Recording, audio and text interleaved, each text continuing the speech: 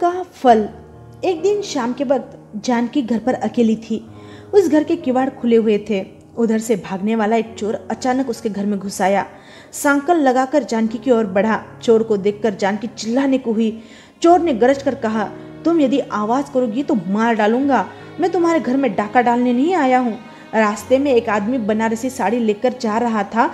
मैं उसके हाथ से साड़ी छीनकर भाग आया। इस पर वह मेरा पीछा करते हुए आ रहा है। उससे बचने के लिए मैं तुम्हारे घर में छिप गया हूँ। बनारसी साड़ी का नाम सुनते ही जानकी उछल पड़ी। उसने पूछा, वो साड़ी दिखाओ तो सही। चोर ने साड़ी निकालकर जानकी को दिखाई, फिर उसे थैली में रख ली। जानकी ने कहा, मैं कई महीनों से अपने पति को कह रही हूँ कि एक बढ़िया बनारसी साड़ी खरीद कर ला दो, मगर वे सुनते ही नहीं।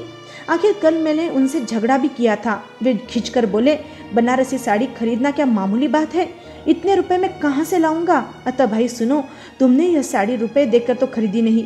मेरे हाथ इसे बेच दो, मैं 200 रुपये देती हूँ। यह साड़ी मुझे दे जाओ, मेरी इच्छा पूरी हो जाएगी। कोई तुम्हारा पीछा करेगा तो तुम्हें कोई डर भी नहीं रहेगा। अच्छी बात है, रुपए ले आओ, चोर ने कहा। इस बीच किवाड़ पर दस्तक देने की आवाज हुई। चोर झट ऊपर चढ़कर छिप गया।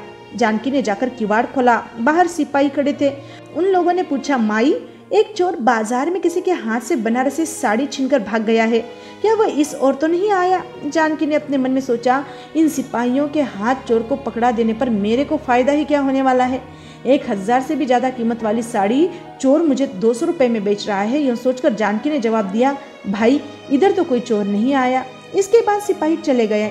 तब जानकी घर के अंदर चली गई। चोर को ऊपर से नीचे आने को कहा। फिर उसने कई दिनों से बड़ी मुश्किल से जो 200 रुपये बचाए थे चोर के हाथ देकर साड़ी देने को कहा। चोर ने 200 रुपये थैली में रख लिए और साड़ी भी जानकी के हाथ नहीं दी, बल्कि उसे धक्का देकर भाग गया। अचानक यह जो घटना घटी, इस पर जानकी एकदम हैरान हो गई। अब उसने सोचा, माल के लोभ में पड़ने और चोर को बचाने का उचित दंड उसे मिल गया है।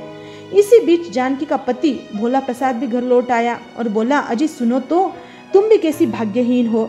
तुम कई महीनों से बनारसी साड़ी खरीद लाने को मुझे तंग करती थी। इस बात को लेकर हम दोनों में झगड़ा भी हुआ। आज मैंने तुम्हारी यह इच्छा पूरी करने के ख्याल से एक दोस्त से 1000 रुपये कर्ज लिया। बनारसी साड़ी खरीदकर दुकान से बाहर निकला था कि कोई बदमाश चोर उसे खींचकर भागने लगा। मैंने उसका पीछा भी किया, लेकिन वो मेरी आंख बचाकर भागने में सफल हो गया। मैंने उसी वक्त जाकर सिपाहियों को सूचना दी। अब चोर के पकड़े जाने की कोई उम्मीद नहीं है। अपने पति के मुंह से ये बातें सुनने पर जानकी को असली बात का पता लगा, लेकिन अब क्या कर सकती थी? चोर तो हाथ से उसी ने निकाल दिया था और अपने 200 रुपये भी खो दिए थे। अब वह मन में लोभ के लिए बहुत पश्चाताप करती है। जय आनंद।